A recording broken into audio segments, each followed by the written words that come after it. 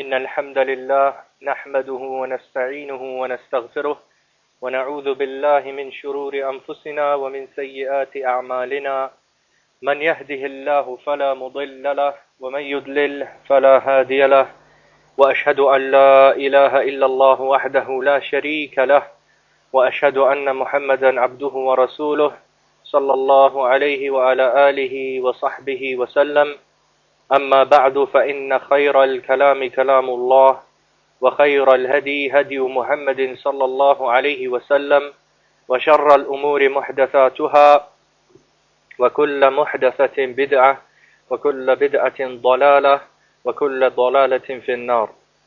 We begin by praising Allah, we praise Him and we seek His aid and assistance, and we beg His forgiveness. We seek refuge with Allah from the evils of our own souls and the consequences of our sins. Whomever Allah guides aright, none can misguide, and whomever Allah leaves to stray, none can guide aright. I testify that none deserves worship but Allah alone without partner, and I testify that Muhammad sallallahu alayhi wasallam is Allah's final messenger and His most devout and sincere worshipper. The best speech is the speech of Allah Ta'ala, and the best guidance is the guidance of Muhammad alayhi salatu wassalam. And the worst of all things are those that are newly introduced into the religion. Everything newly introduced into the religion is a bid'ah, an innovation, and every innovation in religion is misguidance, and misguidance leads to the fire. Today we continue the educated Muslimah class, which concentrates on issues that are relevant to the Muslim woman, as well as those who are in charge of her from her father, her wali, and so on and so forth. And in previous weeks we've been moving on to the topic of at-talaq, divorce, taking the material from a book of fiqh, a book of Islamic jurisprudence, which explains the rules and regulations of Islam in all its different topics, and the book is called Al-Afnan Al-Nadiyah of Al-Sheikh Zayd Al-Madkhali Hafidhahullah Ta'ala, one of our present day senior scholars. And we looked in the last class at the meaning of divorce and the general categorization of divorce in Islamic law and in Islamic terminology into the divorce which is legitimate and correct, done correctly, and that is the at-talaq as-sunni, the divorce which is done in accordance with the practice and guidance of the Prophet sallallahu alaihi wasallam, and at-talaq al-bid'i, or the innovated and wrong type of divorce, meaning that the divorce is done in a way that goes against some of the teachings of Islam. And we looked briefly at the wisdom or the reason why divorce is legislated in the deen of Allah subhanahu wa ta'ala, and that is because even though Allah subhanahu wa ta'ala has commanded us and has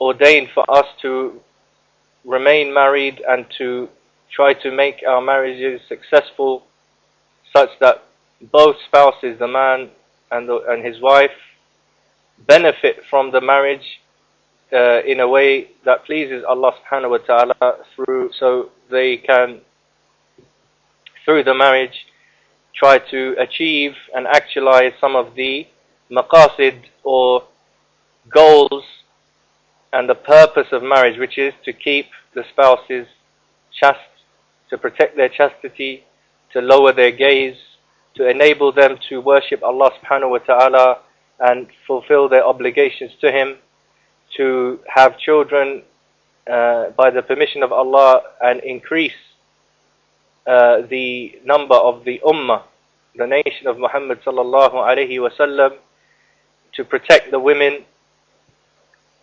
from being misused or abused in society, and to enable men and women to achieve the great things that they want to achieve as worshippers of Allah subhanahu wa ta'ala, to contribute to society, fulfilling the roles that Allah subhanahu wa ta'ala intended for them.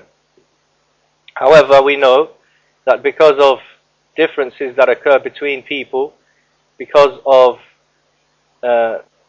many different factors, it may happen that a marriage can no longer continue, and it is no longer healthy for one or both of the spouses. And so, if after trying to rectify any problems, resolve any issues, it becomes impossible, or it becomes untenable to remain married because of some harm that will come to one or both of the spouses in their deen or in their dunya, in their religious or worldly affairs, then divorce has been legislated as a means of separating these two people in a way where both of their rights will be given to them, and they will not be harmed, rather they will be protected and provided for by Allah subhanahu wa ta'ala. And part of this protection and provision is through the ahkam, the laws, the rules and regulations that Allah subhanahu wa ta'ala has revealed and guided us to through the book, the Quran and the Sunnah. This week we're going to look at the topic of Alfaz At-Talaq. Alfaz At-Talaq, which means the words or phrases, the terms which are used to pronounce divorce, or the words and phrases that may be used or may be understood to mean divorce, and how we are supposed to deal with the pronouncement of divorce, and what words are regarded by the scholars of Islam as meaning divorce, and that the divorce has been initiated. And the reason for this is that decisions like marriage and divorce and revoking a divorce, these decisions and expressing these decisions, the husband expressing, or the wali expressing his agreement to a marriage, or a husband expressing his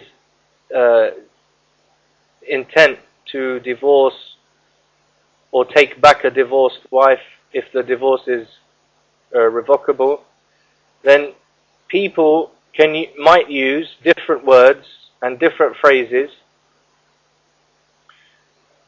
to refer to their intention of pronouncing divorce. And likewise, there are certain phrases and words which may come from the husband, which are muhtamal, or they are ambiguous, and it is not really clear, does that person mean divorce? He wants to pronounce divorce now, or he is expressing his being upset and not happy with his married life, and maybe he is upset and angry but doesn't actually mean divorce. At the same time, because we need to know about what is really meant and what is really intended behind a husband's pronouncement of his displeasure or his wish to be separated or so on from his wife. At the same time, we also cannot give people free rein to say divorce or say something which means divorce and then play around with the ahkam of Allah subhanahu wa ta'ala and therefore play around with the women or cause confusion within a marriage and cause doubt as to whether a woman remains married or whether she's divorced. So the Sharia, the law of Allah subhanahu wa ta'ala, and in Allah subhanahu wa ta'ala's absolute and perfect wisdom, it is also legislated that when something is known to mean divorce, and if that is pronounced by a person who is sane, a husband who is sane, and he's not being coerced, he's not being forced to say this, but he says it, then this is regarded as a divorce, no matter what he says was his intention. And so because of these ahkam, because of the trying to implement the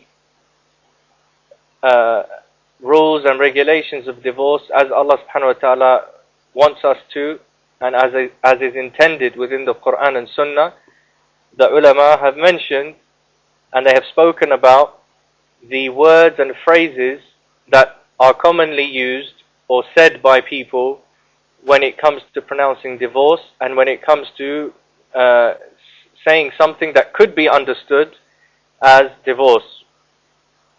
And they have spoken about whether when these types of phrases and words are used, whether the divorce actually occurs. And so the Shaykh, the author Shaykh Zaid, he mentions in this section that in this section he is clarifying the alfaz or the words and phrases used or connected with divorce. And he mentions that this category of words and phrases which are sarih or explicit and clear, they're unequivocal. Once they are said, it's understood within the language of the people and their customs and their what they understand is that when a husband says this word or when a husband says this phrase, it means divorce. These words are explicit and unequivocal. There's no doubt as to their meaning, divorce. So this category of words and phrases, the Shaykh mentions, are those words and phrases that are intended to mean, by the word itself means divorce. It means at-talaq.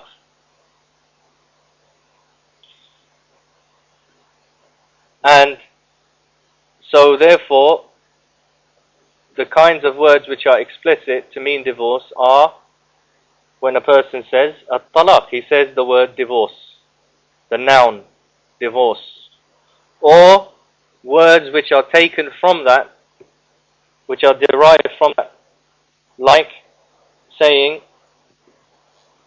the verb I divorce you, or saying or using the object, like saying you are divorced. These words only mean divorce, and nobody can come along and claim that they mean something else. So if a husband says to his wife, I divorce you, then of course that means divorce. It doesn't mean anything else. If the husband says you are divorced, it also can only mean talaq, divorce. If a person says I am divorcing you, or in Arabic it works, in English it doesn't, but if a person uses the noun to refer to the woman who's been divorced, he says anti taliq, you are divorced. All of these phrases just mean divorce. That's all they can mean. And the hukm, the ruling in Islam with regards to these type of phrases is that when the husband says this, as long as that person, that man, is sane, he knows what he's saying, he's sane, he has his aql, he's not somebody who's insane, and he is someone who is doing it of his own free will, meaning he is not forced, he is not being forced, he's not being threatened that by someone that if you don't divorce, I'll kill you, or I will, do such and such harm to you and your family. So that person, the husband, if he's sane, he knows what he's saying, and he has chosen to say these words, meaning he's not being forced, he's not being coerced, then if he says any of these words, the divorce occurs. This is a divorce, whether he meant it or not, whether he intended it or not, and whether he comes about later and says, no, I was only upset and I didn't mean it, and no. Once it's said, the divorce occurs. Whether he was joking or whether he was serious, whether he was upset or whether he was calm, whether he claims that he intended it or not. There is no connection with intention here with regards to these types of words. And the proof of that, or this is based, the scholars have based this upon the hadith in the Muwatta of Imam Malik, rahimahullah, reported reported on the authority of Abu Hurairah radiyallahu ta'ala anhu, in which the Prophet sallallahu alayhi wa sallam said, ثلاث جدهن جد وهزلهن جد النكاح والطلاق والرجعة. So in this hadith the Prophet sallallahu alaihi wasallam said, there are three things when said earnestly, seriously, they are serious, and when said in jest or as a joke or not seriously, they are serious. Nikah, the word, actually initiating a nikah, a marriage. At-talaq, divorce. Wal-raj'ah, and revoking the divorce or taking the wife back once she's been divorced, if that divorce is revocable. So based upon this hadith and the fact that we cannot mess around and play around with families and women and wives, and we are forbidden in Islam from leaving the woman hanging as if not knowing what her situation is and what her place is. And because people can use all kinds of excuses, Allah subhanahu wa ta'ala in His infinite wisdom has legislated that divorce, as we know, is 3 times. Twice it's revocable. A person may divorce his wife once and then take her back. He may divorce her another time and then take her back. And the third and final time he divorces her, he can no longer take her back, and she is totally separated from him. And when her iddah and when her waiting period is over, she is, she can marry again. And the man, the first husband, cannot marry that wife again. If they want to get married again, he cannot marry her again unless and until she has or been married to someone else and that marriage has ended and she's got divorced or whatever. So since people, because of their emotions, because of their desires, because of their anger, may mess around, play around and try to claim that, I divorced my wife 3 times but 2 times I didn't mean it, and so on and so forth, and we can imagine these kind of situations. The Prophet ﷺ told us that there are 3 things, 3 ahkam, 3 areas and 3 kinds of rulings and situations where when they are said, or when the words are in earnest, when they are said seriously, meaning them, they are regarded as serious. And even if they are said in jest, as a joke or as something that is not meant to be taken seriously, they are also taken seriously according to Islam. So that's the meaning of the hadith, is that in Islam, in the law, as far as the ahkam are concerned, if a person, a wali, the father of a woman, the guardian over the woman, if he says, and her consent is known, and he says to a person, look, I marry my daughter to you.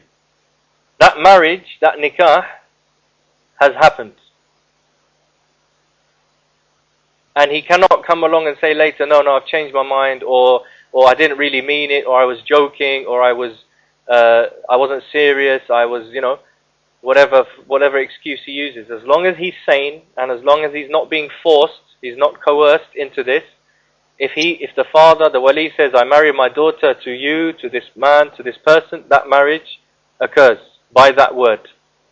That's a contract.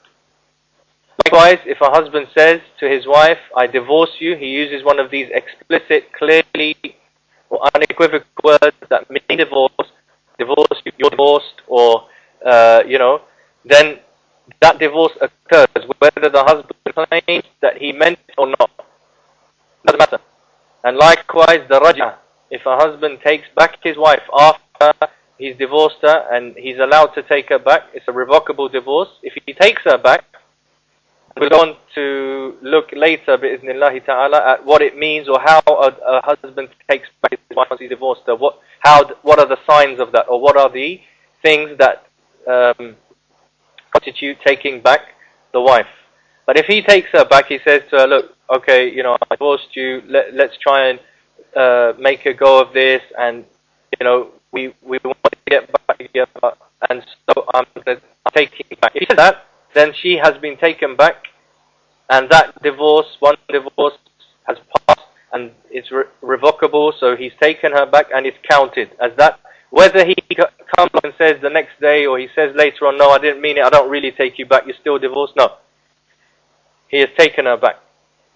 In this way, the rights of people can be organized and can be understood.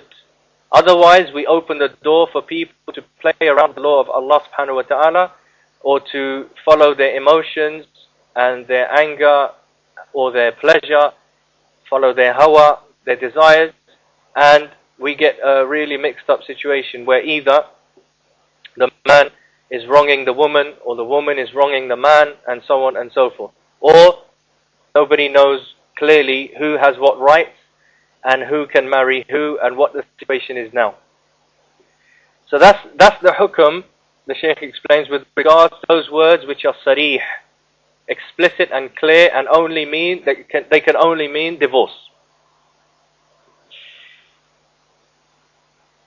And there are some words in the Shaykh explains in Arabic which have the same meaning. In Islamically, in terms of Islamic law, they will have the same meaning as the word talaq, divorce, because there are some words which are used in the Quran and in the Sunnah to refer to divorce, and and the words which are used are words that are not at-talaq, but the equivalent, or something which means the same according to those texts of the Quran and the Sunnah. One example is using the word al-firaq, which is to separate between two people.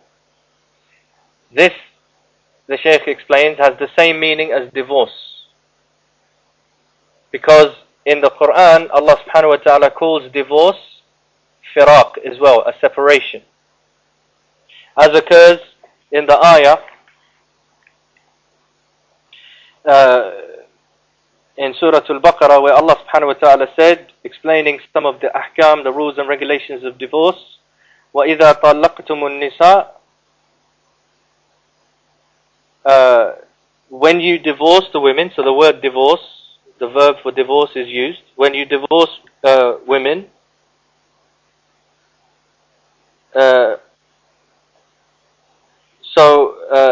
Allah subhanahu wa ta'ala said, فَبَلَغْنَا أَجْلَهُنَّ, and so if they reach their appointed time, they reach their appointed time, meaning their waiting period finishes after the divorce has occurred, فَأَمْسِكُوهُنَّ بِمَعْرُوفٍ, the word used in the ayah is to let someone go. So Allah subhanahu wa ta'ala said, فَأَمْسِكُوهُنَّ بِمَعْرُوفٍ أَوْ سَرِّحُوهُنَّ بِمَعْرُوفٍ. So in this ayah, we're explaining the word which means tasrih, which means to let someone or something go. So here Allah subhanahu wa ta'ala said, the meaning in English, if you divorce, or when you divorce women, talaq, the word talaq is used, and their period of waiting comes to an end, then either keep them with you, taking them back and keeping them married with you, keep them in a good way, in a good manner, treating them properly, or let them go in a good manner, also treating them properly, not wronging them. So here Allah subhanahu wa ta'ala commands the believers. Again, remember, this is for the protection of the rights of the whole family, the man and the woman, particularly the women who can be, if a man does not fear Allah subhanahu wa ta'ala, or if he's ambiguous about what he's doing in his marriage, then he can cause a lot of confusion and problems for a woman.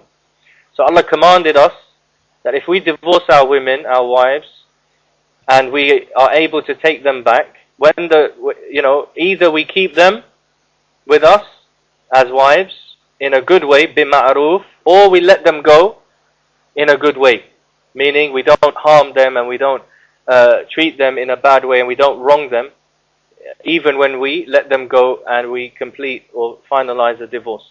So the word here, let go, has been used in the context of divorce.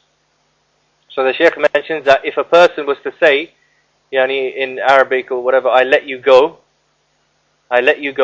then this also has the meaning of divorce. Likewise, as I mentioned in the first place, the word separate is also something which has been used in the context of divorce and has been used to refer to divorce in the Quran. Allah subhanahu wa ta'ala said, and this is in Surah Al-Talaq, the chapter on divorce, فَإِذَا بَلَغْنَا أَجَلَهُنَّ فَأَمْسِكُوهُنَّ بِمَعْرُوفٍ أَوْ فَارِقُوهُنَّ بِمَعْرُوفٍ وَأَشْهِدُوا ذَوَيْ عَدْلٍ مِنْكُمْ.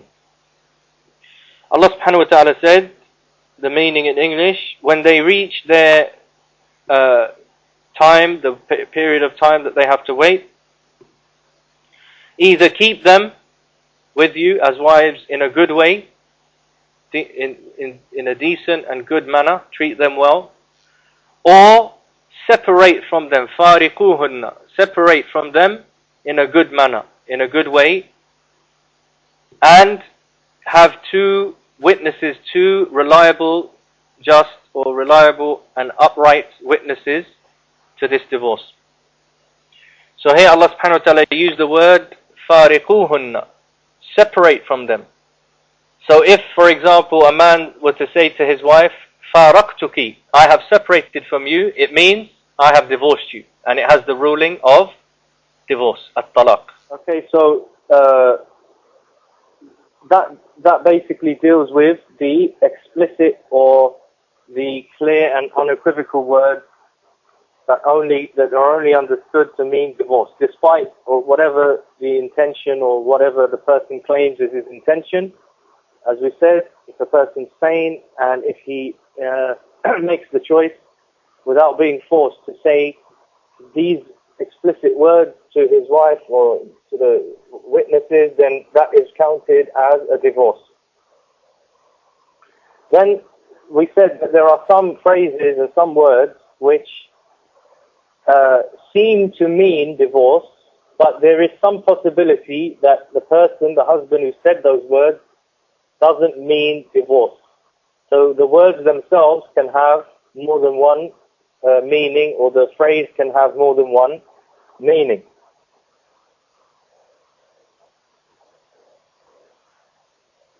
So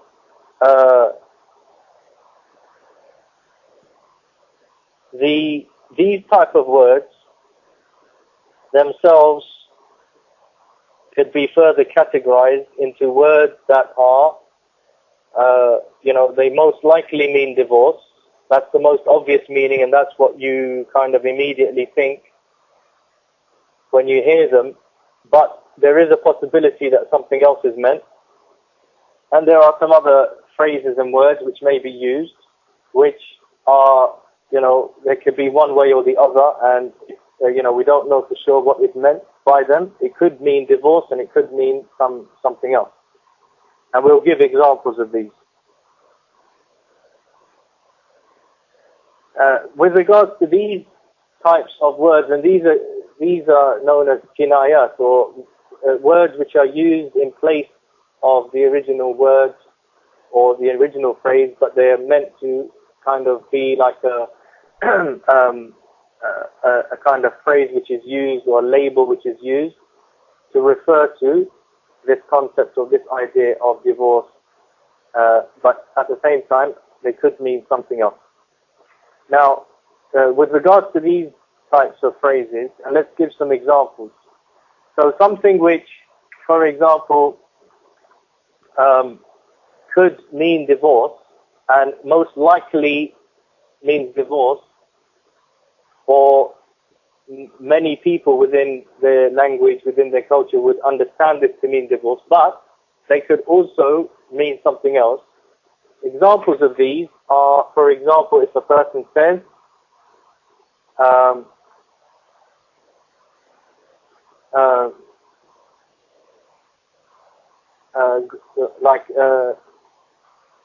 go and marry who you want. Like if a person's angry, he's had problems with his wife, and he goes off and he says to his wife, go and get married then. Go and find another husband, or go and get married to who you want. Then this phrase or this term, it's in of itself, it doesn't have the same meaning in of itself as the word talaq, meaning that nobody can come along and say that this only means divorce. Rather, it could be said, for example, when a husband's upset, or they've had an argument, they've had a fight, and he's, thinking about whether he can continue marrying, or he thinks that his wife is not happy with him, or that she doesn't respect him, and he doesn't, and she's always complaining about him. And this is the case. This happens often. Many of the women who are ungrateful, many of the women who have the deficiency in their aql, when they argue or when they're upset or there's a fight between the husband and the wife will always be describing, some of the bad qualities of her husband, and saying other people do this and other people do that, but you're like this and you're like that, and other husbands don't do this and other brothers don't do that. So the husband gets, offended, he gets upset, and he goes to his wife, he says to his wife, go and get married to who you want. If he says that, it could mean that he's divorcing her on the spot, or it could mean that he's just upset and he's telling her, okay, well, if that's the case, there's other things you can do. If you want to end the marriage, you can try and go for khula or whatever. It could mean a lot of things. It could mean more, or it could mean something other than the fact that he's divorcing his wife by saying those words. Another example of words which could mean divorce but could also mean something else is like if a person, in Arabic, for example, the phrase "La sabila li ilayk," I have no way to, I have no way to you. I have no way to get to you. Meaning, my connection has kind of broken off with you, and I have no way to. I have no kind of right, so I have no way to get through to you. That could mean when an Arab hears that, and in certain countries and cultures, he could understand from that the husband wants to divorce his wife, or it could also mean something else, that they've got problems, and the husband's finding it very difficult, and he can't get through to his wife.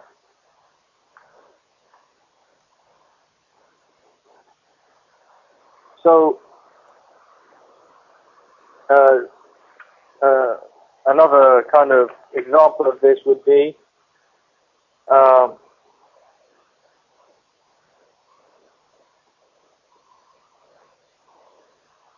like for example, if he says to her,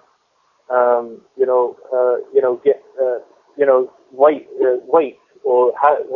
for your waiting period. He could be warning her. He could be intending that he's divorced her and that she's now in her iddah, her waiting period. those kind of phrases. Then there are other, as we said, there are other words and phrases which are even less clear, or there's even more possibility that they don't mean divorce, but at the same time they could mean divorce.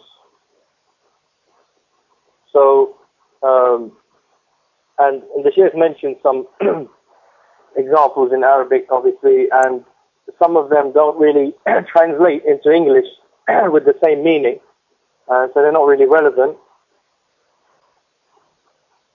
But, for example, one example is if he says to her, go away. If he says to his wife, go away, get out of here, go away, it could mean that he means for her to be separated from him by divorce, or it means that he just doesn't want to see her, he doesn't want to speak to her now, he wants her to get out of his face. So this is even more muhtamil, or more doubtful as to what is meant, and we don't know for sure what is meant. So, what's the hukam, or what's the ruling with regards to these kind of phrases and words if they're said? The Shaykh Hafidahullah mentions that all of these types of phrases, the ones that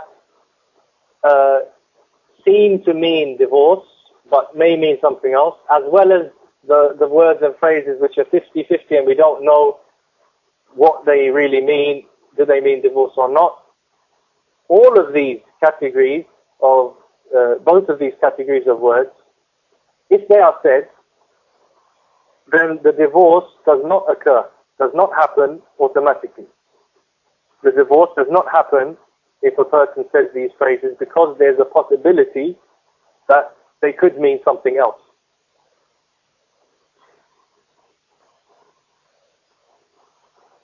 There's a situation, the divorce only occurs when these words are used, when we know the niyyah, the intention which has come with these words. So because these words themselves don't clearly or unequivocally, without any doubt, mean divorce, because there is possibility that they mean divorce or otherwise, if a person says these words, then if we know the husband's intention was to divorce, then the divorce has occurred. And if we don't know that, then we cannot say that a divorce has occurred. So for example, if a matter, a dispute or a possible divorce was taken to the Muslim judge in the Muslim court, and the claim is from one side of the family or from one of the spouses, the claim is that a divorce occurred and someone else claims a divorce didn't occur. What was the word used? The word used was, he told me to go away. So in this case, we need to know what the intention of the husband was. So the judge, the qadi, he will find out, and he will quiz and he will question and ask the husband to clarify his intention. And then on the basis of that, the judge will be able to decide whether this is actually a case where a divorce has occurred or it hasn't occurred. So this is the shart, or the condition for a divorce to occur, on the basis of these kinds of words which have more than one possible intention or meaning behind them.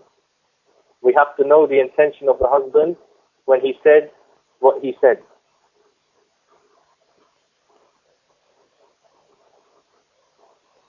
So the Shaykh said, وَهَذِهِ الْكِنَايَاتِ الظَّاهِرَةِ وَالْخَفِيَّةِ لَا يَقَعُ بِهَا الطَّلَاقِ إِلَّا بنية المقارنة أو المقارنة للفظ الكناية، وما ذلك إلا لأن ألفاظ الكنايات تحتمل الطلاق وغيره، فلا يتعين لها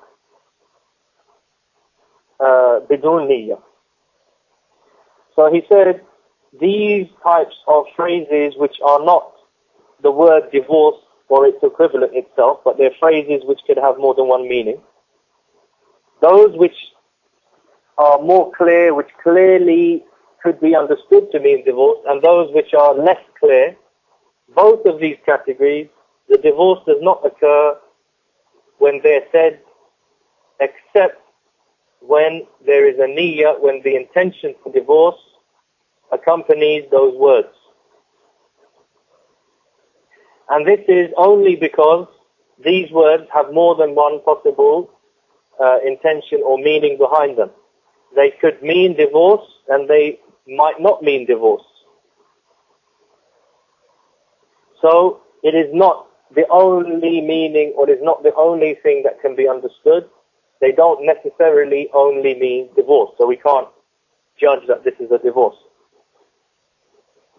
This is the opinion of the majority of ulama, of scholars, and then the Shaykh mentions that Imam Malik, rahimahullah ta'ala, also actually counted these words as being considered to be words of divorce.